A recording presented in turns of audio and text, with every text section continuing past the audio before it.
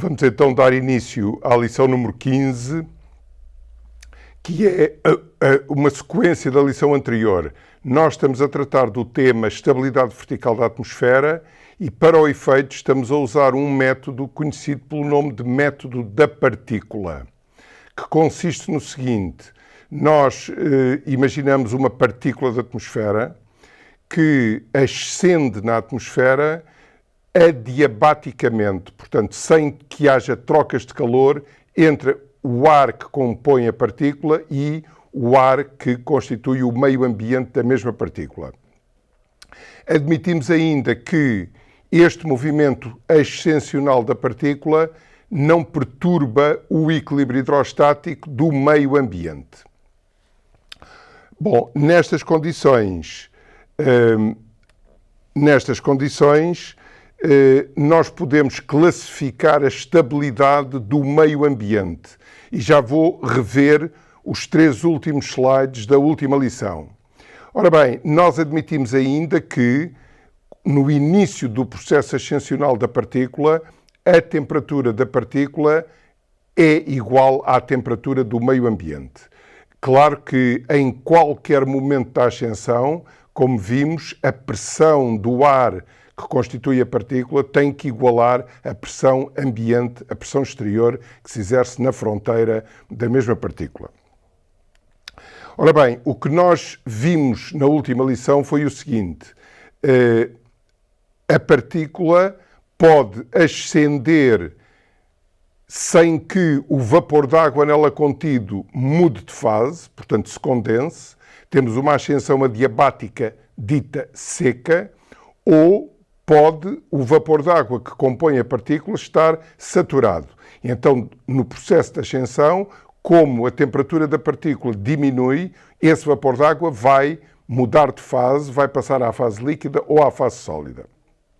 Ora bem, em qualquer caso, neste primeiro slide, nós estamos a considerar a situação em que o gradiente vertical de temperatura do meio ambiente é tal que, em qualquer momento da ascensão, seja a ascensão adiabática seca, seja a ascensão adiabática saturada, a temperatura no interior da partícula é sempre inferior à temperatura do meio ambiente. Nestas condições, a densidade do ar que compõe a partícula excede a densidade do ar do meio ambiente e o peso da partícula vence a força ascensional que o meio ambiente lhe transmite. E, por consequência, nesta situação, o meio ambiente não favorece movimentos ascensionais da partícula. Opõe-se a esses movimentos, dificulta esses movimentos, e esses movimentos só persistirão se houver ou tiver havido um efeito forçador sobre a partícula que force o movimento ascensional. Portanto, nesta situação, o gradiente vertical de temperatura do meio ambiente é tal que este meio ambiente está em equilíbrio absolutamente estável. Isto é, o meio ambiente é estável, quer a ascensão seja adiabática saturada, quer seja adiabática seca. Como referi na última lição, os gradientes verticais de temperatura da partícula são gradientes teóricos que se podem calcular via termodinâmica. O que condiciona, portanto, a estabilidade do meio ambiente é o gradiente vertical de temperatura do meio, que varia de situação para situação. Nesta segunda situação, esse gradiente vertical de temperatura do meio é tal que, se a partícula for submetida a um processo ascensional adiabático seco, a sua temperatura é sempre inferior à temperatura do meio. Então, para uma ascensão adiabática seca, o meio ambiente é estável. No entanto, se a ascensão for adiabática saturada, a libertação de calor latente dentro da partícula faz com que a sua temperatura seja superior à temperatura do meio ambiente. Por consequência, a sua densidade é inferior à densidade do meio ambiente e a força ascensional que este comunica à partícula vence o peso da partícula e, por consequência, o movimento ascensional da partícula é favorecido pelo gradiente vertical de temperatura do meio ambiente. Nesta situação, o meio ambiente diz-se que se encontra num equilíbrio condicionalmente instável ou condicionalmente estável, como se preferir. Portanto, o meio ambiente está num equilíbrio estável, hidrostático estável, para uma ascensão adiabática seca, mas num equilíbrio instável para uma ascensão adiabática saturada. Mais uma vez, insisto neste ponto, o que condiciona a estabilidade é o gradiente vertical de temperatura do meio, visto que os gradientes verticais de temperatura da partícula são gradientes teóricos. Na última situação, o gradiente vertical de temperatura do meio é tal que, quer a ascensão seja adiabática seca, quer adiabática saturada, a temperatura da partícula é sempre superior à temperatura do meio ambiente e, por consequência, o meio ambiente tem um gradiente vertical de temperatura que favorece sempre os movimentos ascensionais e, por consequência, esse meio ambiente diz-se em equilíbrio absolutamente instável. Vamos agora matematizar um pouco estas situações, o que vai permitir também entender melhor o que acaba de ser dito. Nós vamos designar as quantidades ou quantidades relativas à partícula pelos símbolos habituais afetados de uma plica e as mesmas quantidades, quando referidas ao meio ambiente, pelos mesmos símbolos, mas sem qualquer outro adereço, portanto, sem qualquer plica a afetá-los. Por exemplo, P' será a pressão da partícula, P, a pressão do meio ambiente, Ρ', a densidade da partícula, Rho, a densidade do meio ambiente. Ora bem, a segunda lei fundamental da dinâmica de Newton, quando aplicada à partícula, escreve-se por unidade de volume, Rho' d2g' dt2 igual a menos R'g menos dP''dz' vezes z. Portanto, o que nós estamos aqui a admitir é que a partícula ascendeu de uma quantidade z pequeno, e a sua aceleração, portanto, temos a unidade de volume, a massa é R'L, massa vezes a aceleração é a soma das forças que atuam sobre a partícula. Menos R'G é o peso da partícula, que está dirigido segundo a vertical descendente, e menos dP''dz' é a força ascensional. Para o meio em equilíbrio hidrostático, temos que menos Ρg menos dP/dz é zero. É a condição de equilíbrio hidrostático. Se subtrairmos ordenadamente as duas igualdades anteriores, tendo em conta que a pressão no interior da partícula tem que ser sempre igual à pressão do meio ambiente, tendo em conta que Z' é igual a Z, pela equação de estado, P' igual a P implica que R'T' tem de ser igual a Ρt. Então podemos reescrever a equação do movimento vertical da partícula desta forma. R'D2 D dt2 igual a G Rho menos R'L. Se dividirmos ambos os membros desta equação por R'L, temos a equação relativa à unidade de massa da partícula, D2G' dt2 igual a Rho menos R'L sobre R'L vezes G. Ora bem, este quociente representa uma força resultante por unidade de massa que se designa por força de flutuação. Esta, ou buoyancy force, na língua inglesa. Claro que, recorrendo à equação de estado, retirando da equação de estado Rho e R'L e substituindo nesta relação, podemos reescrevê-la na forma D2G' dt2 igual a G T' menos T sobre T. Ρg é a força de impulsão vertical ascendente que o meio ambiente exerce sobre a partícula por unidade de volume, princípio de Arquimedes. Se dividirmos por R'L, temos a mesma força de impulsão vertical por unidade de massa da partícula. Ρ'G é o peso da partícula por unidade de volume e R'G sobre R'L, ou seja, G é o peso da partícula por unidade de massa. Como já disse, F índice B é a força de flutuação exercida sobre a partícula, ou a buoyancy force, por unidade de massa, e esta força é a diferença entre a impulsão vertical ascendente e o peso da partícula orientado segundo a vertical descendente.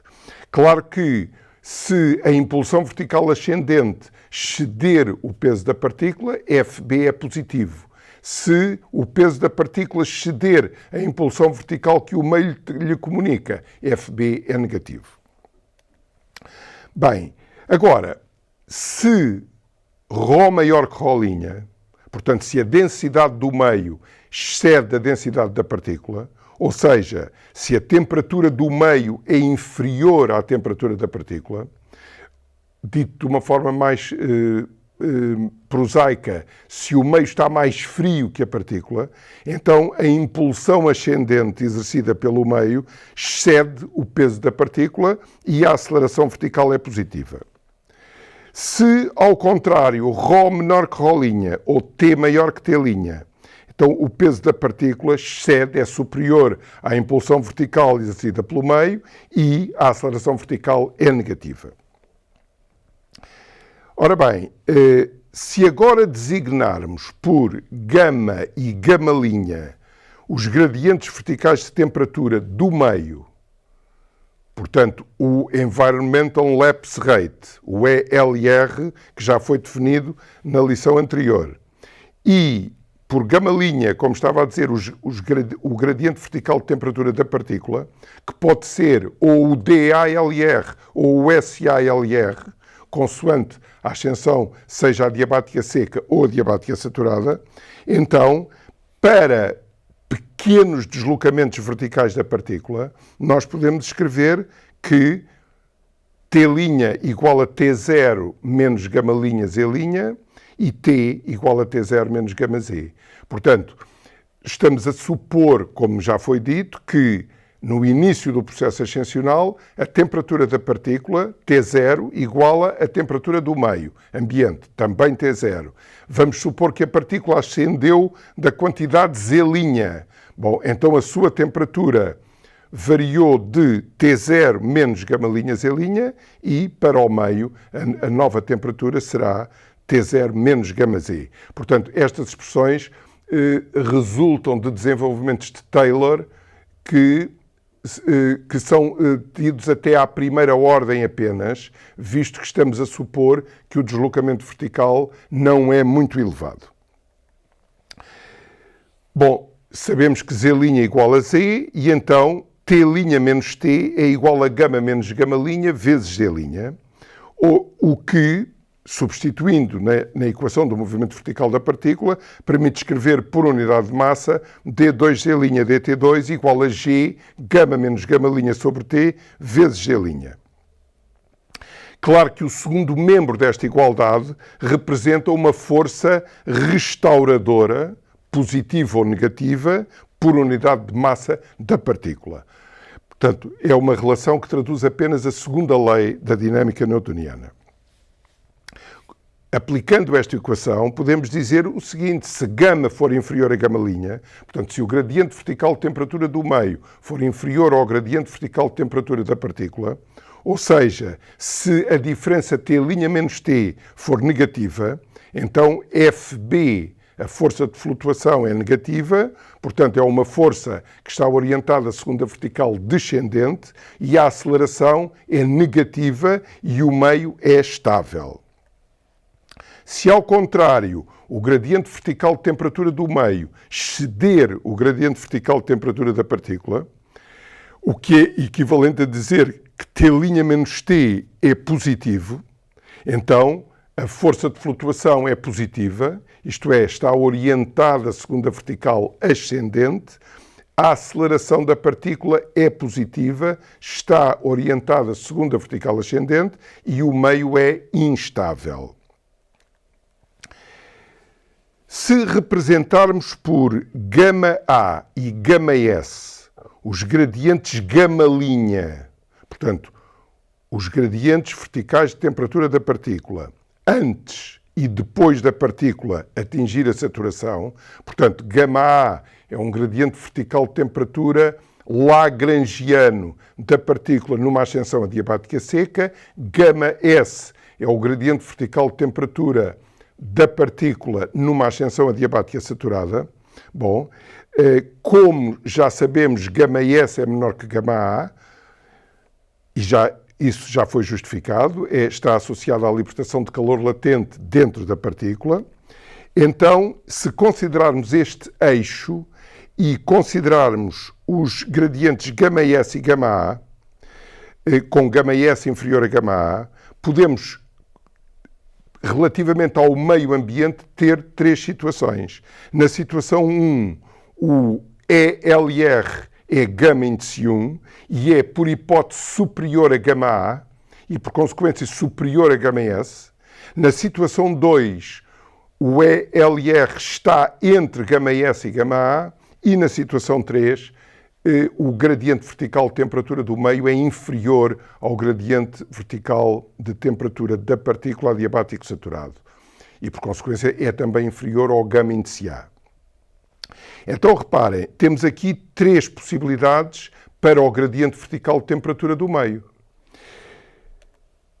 Na situação 1, o ELR é γ1, é superior a γA, e então a atmosfera ambiente é absolutamente instável. Na situação 3, o gradiente vertical de temperatura do meio é inferior a γS. Então, neste caso, a atmosfera ambiente é absolutamente estável. Na situação intermédia, que é a mais interessante, o gradiente vertical de temperatura do meio está compreendido entre γS e γA. Então, nesta situação, a atmosfera é condicionalmente estável ou condicionalmente instável, como se preferir. Portanto, mais uma vez sublinho que o que condiciona a estabilidade da atmosfera é o valor do seu gradiente vertical de temperatura, ELR. Vamos considerar agora a situação em que a ascensão da partícula é adiabática seca. Portanto, o gradiente vertical de temperatura da partícula, γ', é o DALR. Bom, já sabemos que durante esse processo de ascensão adiabática seca, a temperatura potencial da partícula mantém-se constante. O que é o mesmo que dizer que o quociente entre a temperatura da partícula e P elevado a K é uma constante durante o processo de ascensão adiabática seca. Não esquecer que P, pressão da partícula, é sempre igual à pressão do meio ambiente. Bom, então podemos escrever que T' sobre P levantado a K é uma constante C, ou T' igual a C vezes P levantado a K. O gradiente vertical de temperatura da partícula é menos dT' dz num processo adiabático seco. Bom, e, por consequência, se nós derivarmos em ordem a Z T' dado pela igualdade anterior, podemos escrever que DALR igual a menos CK P levantado a K menos 1 dPdz. Bem, ou seja, γ' menos dT' dz adiabático é igual a menos CK P levantado a K menos 1 vezes dPdz, que pela condição hidrostática é menos ρg.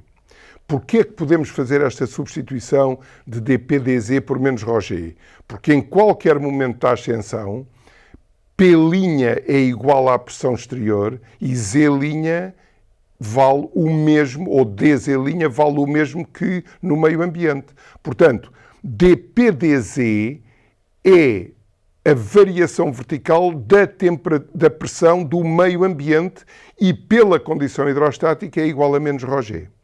Claro que, ao substituir dPdz por menos ρg, ρ é a densidade do meio ambiente e não a densidade da partícula. Por consequência, o gradiente vertical de temperatura adiabático seco, o DALR, ou γ'A, feita a substituição pela expressão anterior e recorrendo à equação de estado para substituir ρ por P sobre RAT, temperatura do meio, obtemos esta expressão para γ'A.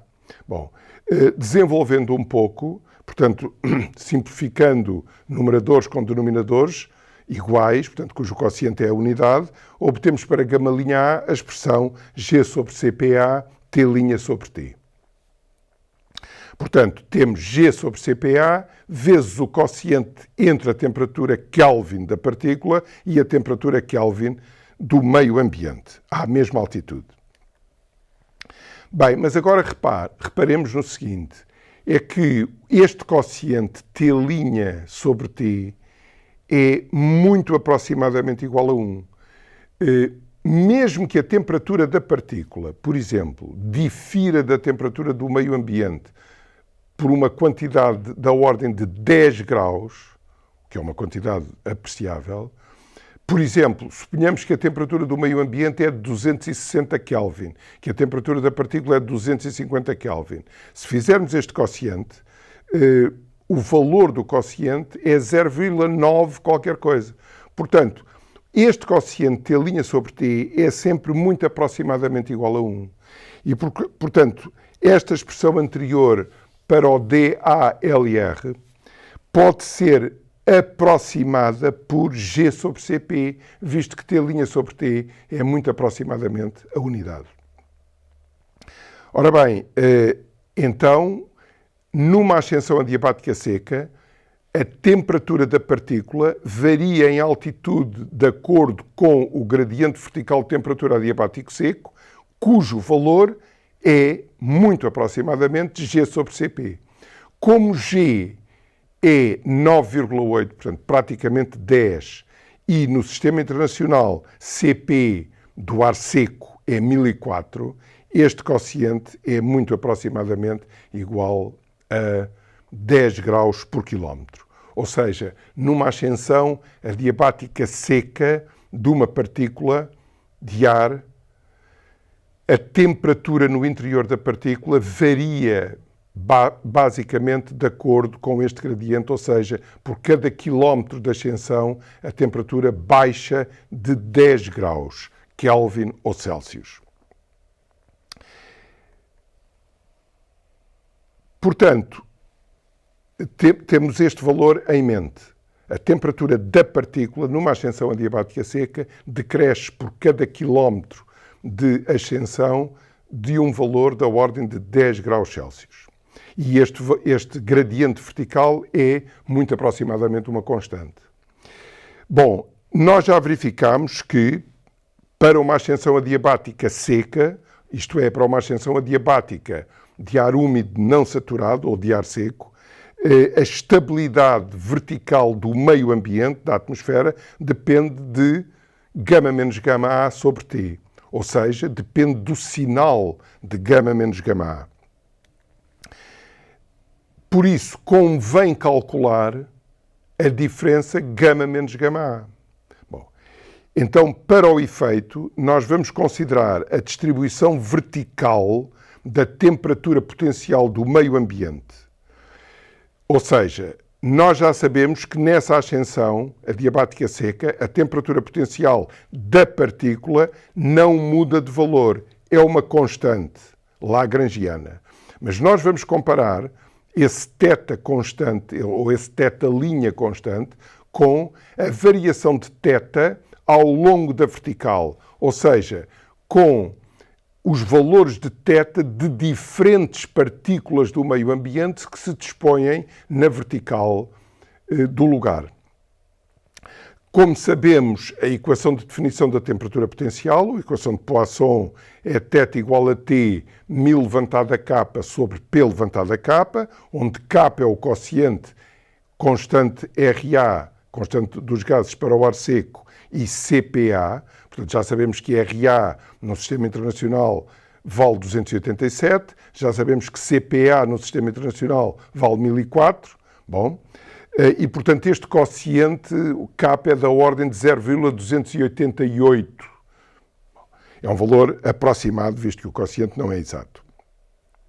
Bom, então consideremos, portanto, os tetas de diferentes partículas do meio ambiente que se dispõem ao longo da vertical do lugar.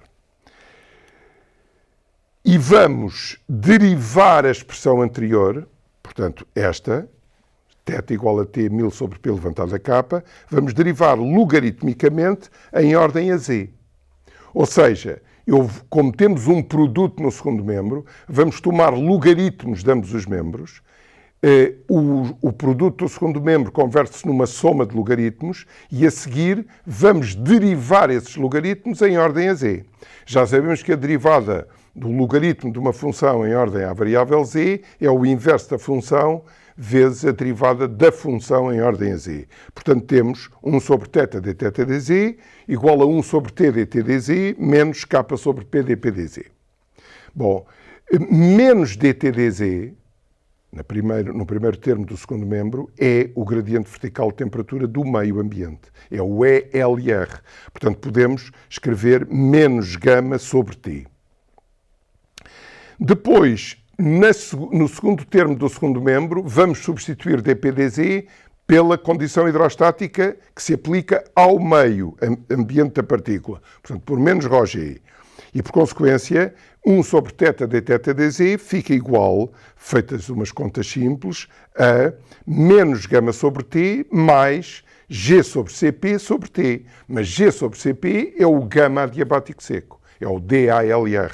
E, por consequência, 1 sobre θ dθ dz pode exprimir-se por 1 sobre t gama A menos gama, onde t é a temperatura do meio ambiente.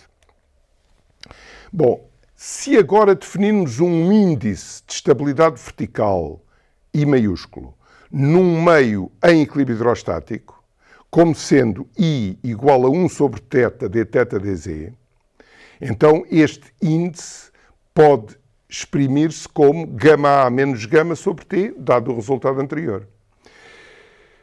Então, qual é a conclusão?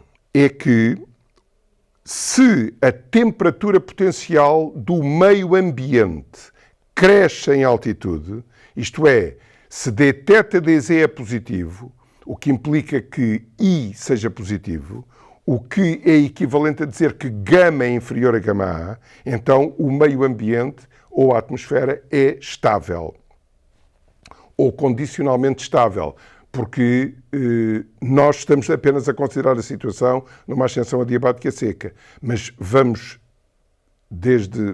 daqui a pouco, considerar também a hipótese da saturação. Portanto, se gama for menor que gama A, ele pode ser também inferior a gama S ou estar entre gama S e gama A. Portanto, então a atmosfera é estável ou, quando muito, condicionalmente estável.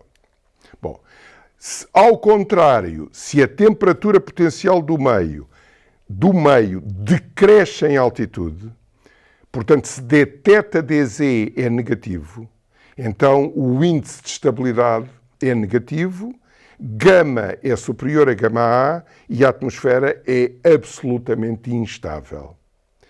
Se θ não varia em altitude, isto é, se dθ dz é zero, então o índice de estabilidade é zero, gama igual a gama A e a estabilidade é neutra ou neutral para uma ascensão não saturada, ou seja, para uma ascensão adiabática seca.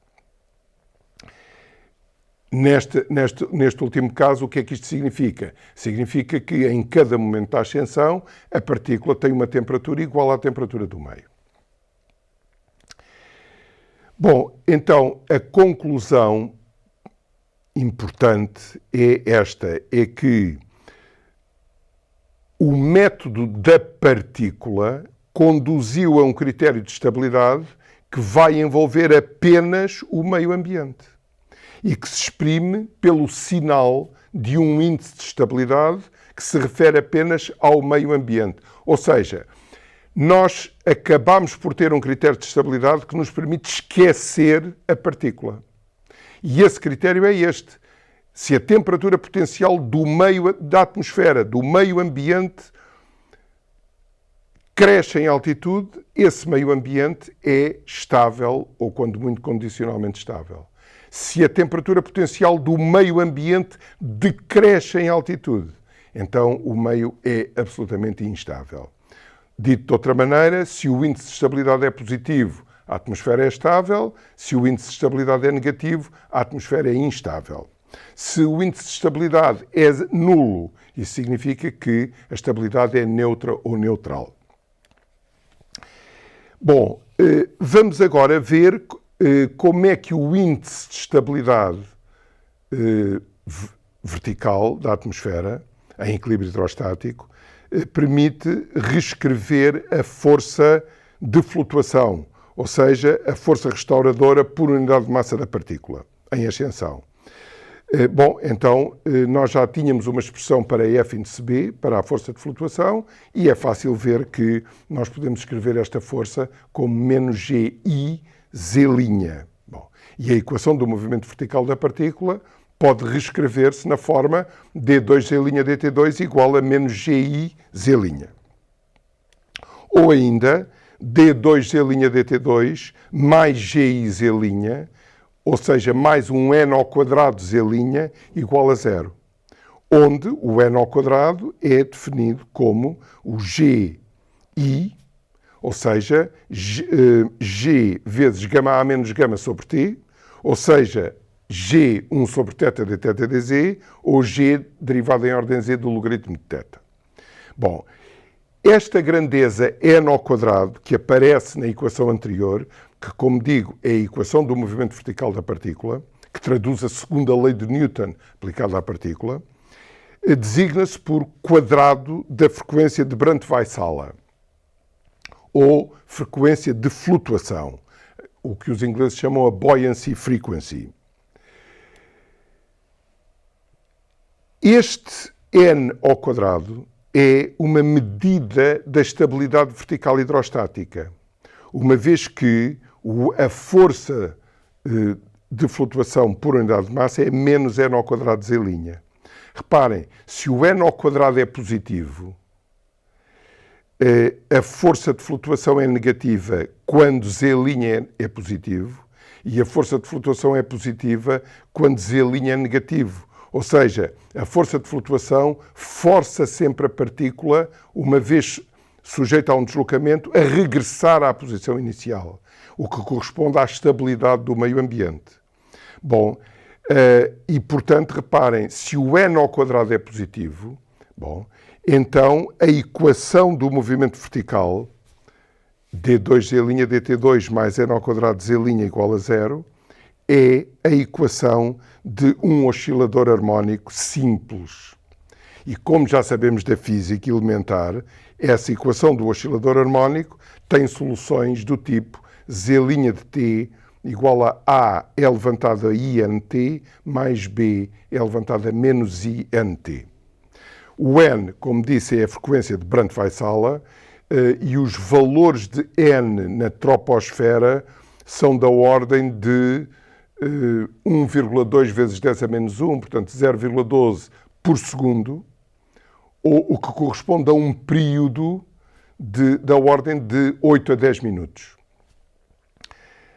Não esquecer que n ao quadrado é o quadrado da frequência de Brandtweissala, mas trata-se de uma frequência angular. O n é uma frequência angular ou uma pulsação. Portanto, é 2π sobre o período. Bom, então, nesta situação de estabilidade, a partícula vai oscilar em torno da sua posição de equilíbrio e, neste movimento, a energia cinética da partícula converte-se em energia potencial e vice-versa. Quanto maior for a estabilidade, tanto mais elevado será n e tanto mais rápida será a oscilação da partícula e mais curtos os seus deslocamentos. E reparem, a estabilidade da atmosfera, ao limitar os movimentos verticais da partícula, limita também movimentos horizontais. Por exemplo, pode contribuir para suprimir perturbações turbulentas. Isso é uma das características da estabilidade. Agora, na situação em que n ao quadrado, portanto, o quadrado da frequência de Brandtweissala é nulo, então a força de flutuação é nula. E a equação do movimento vertical tem soluções que crescem linearmente no tempo, ou seja, z' de t é proporcional a t.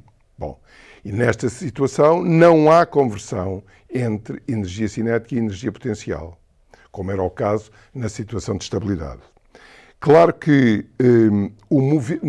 na realidade física a partícula não pode ter movimentos cuja amplitude cresce linearmente no tempo.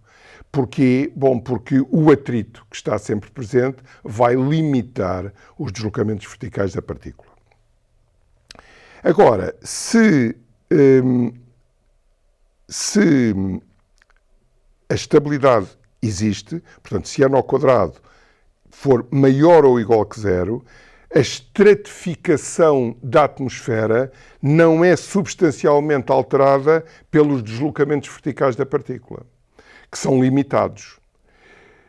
No entanto, se o quadrado da frequência de Brandt-Weissala for negativo, isso significa que a força de flutuação é positiva, significa que é positiva para z' maior que zero e é negativa para z' menor que zero. Ou seja, a força de flutuação favorece sempre o deslocamento inicial da partícula. Se o deslocamento é a segunda vertical ascendente, a força de flutuação puxa a partícula para níveis superiores. Se o deslocamento é a segunda vertical descendente, a força de flutuação puxa a partícula para níveis inferiores. Bom, isto é a situação de instabilidade e se o n ao quadrado é negativo, isso significa que a frequência de Brandt-Weissala é um número imaginário. Portanto, nós, neste caso, as soluções da equação do movimento vertical são dadas por esta expressão, como é sabido da física. Z' de t é um A elevantado a n' mais um B levantado a menos n' e o n' é aquela grandeza que elevado ao quadrado dá menos n ao quadrado. Não esquecer que o n ao quadrado é suposto ser negativo, portanto, menos n ao quadrado é positivo, é o módulo de n ao quadrado, e que é o quadrado de n', número positivo. Bom, e nesta situação, os deslocamentos da partícula amplificam-se exponencialmente, mesmo que haja atrito.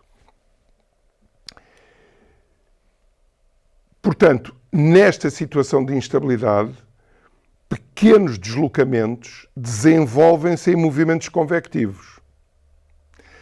No entanto, estes movimentos estão sujeitos a efeitos não lineares.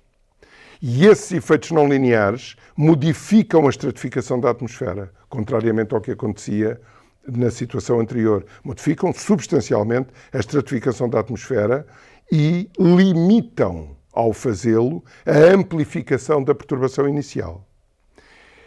Ou seja, esses processos convectivos vão alterar n ao quadrado e, consequentemente, vão alterar f índice b.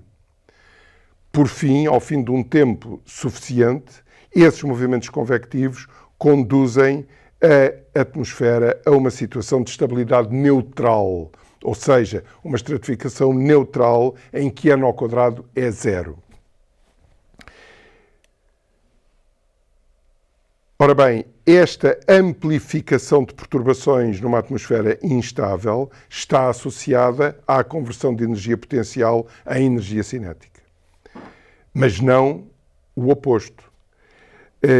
Como acabámos de dizer, a mistura turbulenta vai alterar n ao quadrado, vai alterar a estratificação da atmosfera, vai conduzir a uma homogeneização da camada atmosférica sujeita aos movimentos convectivos, portanto, a uma homogeneização da temperatura potencial do meio ambiente, ou seja, quando a temperatura potencial se torna independente de Z, n ao quadrado igual a zero, e finalmente o atrito dissipa os movimentos convectivos. Ora bem, na próxima lição nós vamos ver como é que o mesmo que foi dito para uma ascensão adiabática seca pode ser generalizado para uma ascensão adiabática saturada. E Vamos ver como é que todos estes processos podem ser descritos não analiticamente, mas graficamente num diagrama de termodinâmico. Vamos ver que a generalização para o caso de uma ascensão adiabática saturada é relativamente simples e vamos aproveitar essa situação para mostrar como se calcula o gradiente vertical de temperatura adiabático saturado, que não é uma constante, mas depende dos valores que as variáveis termodinâmicas e que a razão de mistura do ar úmido saturado dentro da partícula vai tomando durante o processo de ascensão. Portanto, isso será o objeto da próxima lição. Muito obrigado.